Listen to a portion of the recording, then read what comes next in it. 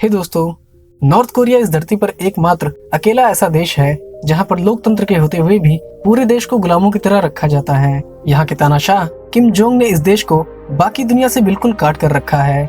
यह वो देश है जहाँ क्रूरता की कोई सीमा नहीं है, यदि आप उनके हिसाब से ना चले तो। पर दोस्तों, आपने कभी न कभी जरूर सोचा होगा कि आखिर इतनी बेरहमी को वहाँ के लोग कैसे झेल ले जाते हैं, क्यों वे विद्रोह नहीं करते ऐसे तानाशाही सरकार के खिलाफ। इसके पीछे का कारण वहाँ की जनता का बचपन से ही गलत तौर तरीकों और तथ्यों से उनका ब्रेन वॉश करना है, जिसमें उनके एजुकेशन सिस्टम की मुख्य भूमिका होती है। वहाँ के बच्चों को स्कूलों में ही नॉर्थ कोरिया के कायदे कानून से चलने के लिए बचपन से ही तैयार कराया जाता है, जिससे वे इन चीजों के आदी हो जाते हैं। और आज हम नॉर्थ कोरिया के उन्हीं स्कूलों के कुछ नियमों के बारे में जानेंगे। नए दर्शक हमारे चैनल को सब्सक्राइब जरूर कर लें, क्योंकि हम ऐसे ही फैक्ट वीडियोस आपके लिए लाते रहते हैं। नंबर 1 पे है लीडर के बारे में पढ़ाई। पूरी दुनिया में जहां छात्रों को अपने देश के प्रमुख चेहरों और ऐतिहासिक वीरों के बारे में पढ़ाया जाता है, वहीं नॉर्थ कोरिया में कुल 171 घंटे बस किम जोंग के बारे में ही पढ़ाया जाता है, जिसमें उन्हें बताया जाता है कि उनका लीडर वहां का सबसे बहादुर और निडर व्यक्ति है और ऐसा लीडर पाना उनकी खुशकिस्मती है।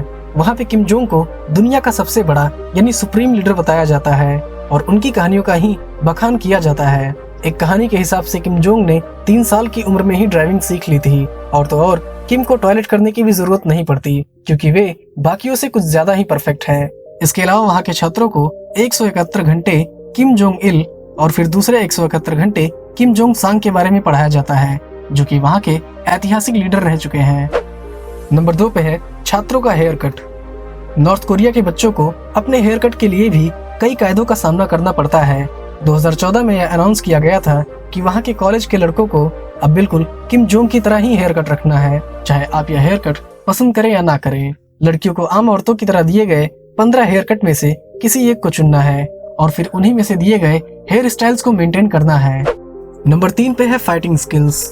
नॉर्थ कोरिया अपने मिलिट्री और न्यूक्लियर पावर को लेकर किसी भी प्रकार का समझौता नहीं करता, और इसी के चलते वहाँ के छात्रों को बचपन से ही भविष्य में मिलिट्री के लिए तैयार किया जाता है।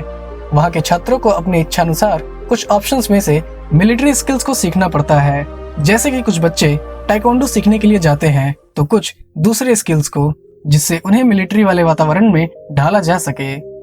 नंबर 4 पे है बाहर जाने की परमिशन।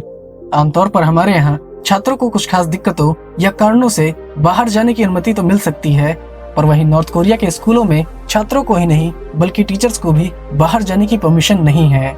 यहाँ पे टीचर अपने बच्चों के साथ ही अपने तीनों टाइम के लंच करते हैं, और इसीलिए वहाँ पर बच्चे अपने टीचर से ज्यादा घुल मिल जाते हैं।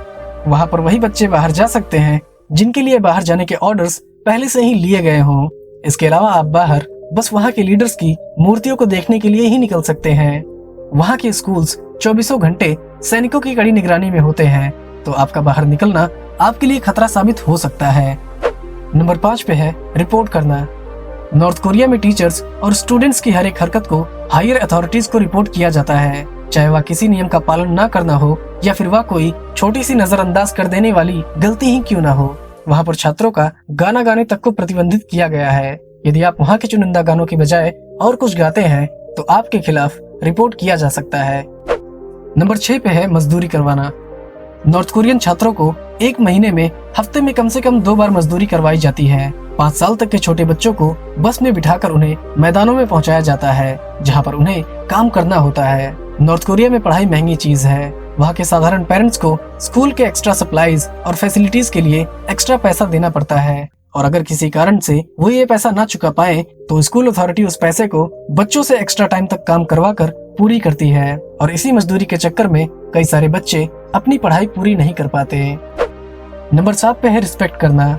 नॉर्थ कोरियन क्लासरूम्स में सामने की तरफ वहाँ के सुप्रीम लीडर्स की फोटो लगी होती है। वहाँ के छात्रों को हर रोज खड़े होकर उन्हें सम्मान देना होता है। इतना ही नहीं, जब कभी उन लीडर का नाम कहीं लिखा जाता है तो उन्हें डार्क और बोल्ड कर दिया जाता है, ताकि उनका नाम दूर से ही मालूम पड़ जाए। नंबर 8 पे है जाति व्यवस्था। नॉर्थ कोरिया में भी जाति व्यवस्था मौजूद है। इसे वहाँ पर सांगबन कहा जाता है। इसके हिसाब से वहाँ के लोगों और छात्रों को 5 जातियों में बांटा जाता है: स्पेशल, न्यूक्लियस, बेसिक, कॉम्प्लेक्स और हॉस्टाइल। अगर आप हॉस्टाइल हैं तो आपके प्रिजन कैंप यानी जेल में जाने के सबसे ज्यादा चांसेस हैं, वहाँ पे लोगों का बर्ताव छात्रों की जाति पर निर्भर करता है। आप जितना ही स्पेशल और सम्मानित परिवार से होंगे, आपको उतनी ही अच्छी शिक्षा सुविधाएं मिलेंगी, और आप जितने ही निचले जाति के होंगे, आपके साथ उतना ही बुरा बर्ताव किया जाएगा। नंबर 9 पे है इंटरनेट पे पाबंदी। जहां दुनिया भर में इंटरनेट पर वेबसाइट्स की कोई कमी नहीं है, वहीं नॉर्थ कोरिया में बस केवल 28 वेबसाइट्स ही चलती हैं, और ये वेबसाइट्स भी वही चला सकता है जिनके पास स्पेशल परमिशन हो।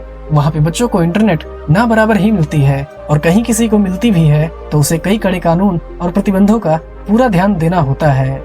दोस्तों, ये थे नॉर्थ कोरिया के स्कूलों के कुछ अजीब नियम। अगर आपने इस वीडियो से कुछ नया जाना तो इसे लाइक करना ना भूलें, और ऐसे ही फैक्ट वीडियोस को देखने के लिए हमारे चैनल को जरूर सब्सक्राइब करें। मिलते हैं अगली वीडियो में, तब तक के लिए नमस्कार।